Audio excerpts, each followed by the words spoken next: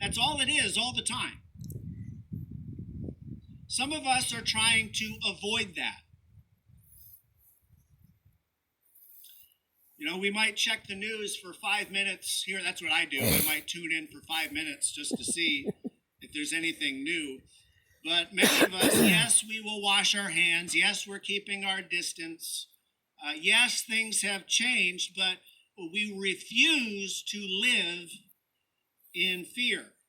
And when we look at what's going on, many of us will scratch our heads as Christians who believe the Bible, have faith in God, and we scratch our heads and say, what is God doing? What is God doing through all of this? You know I scratch my head and think, well, gee, the liquor stores are still open. Walmart is still open. Burger King is still open. Dunkin' Donuts is still open, or at least it was Friday when I drove by. And I know some of you think that coffee is essential, all right?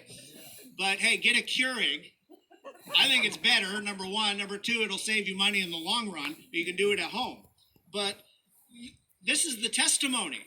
Walmart and Burger King are open for business, but all the churches in the land are shut down. Are you listening to what I'm saying? So Dunkin' Donuts is open. The pot dispensaries are open. And listen, if somebody wants to sit on their couch and smoke their brains out, I guess that's their business. But what are God's people doing? What is God doing through all of this? How can this be God's will? Have any of you asked that question? What is God doing? How can this be God's will? Why is God allowing the coronavirus? Why is God allowing the government crackdown? What is the Lord up to? What is he, maybe this is the right question, what is he preparing us for?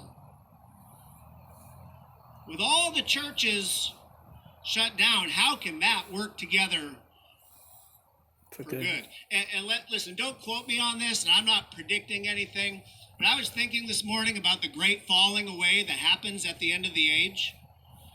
I don't think there has been a time in 2,000 years of church history where all the churches all over the world are all shut down.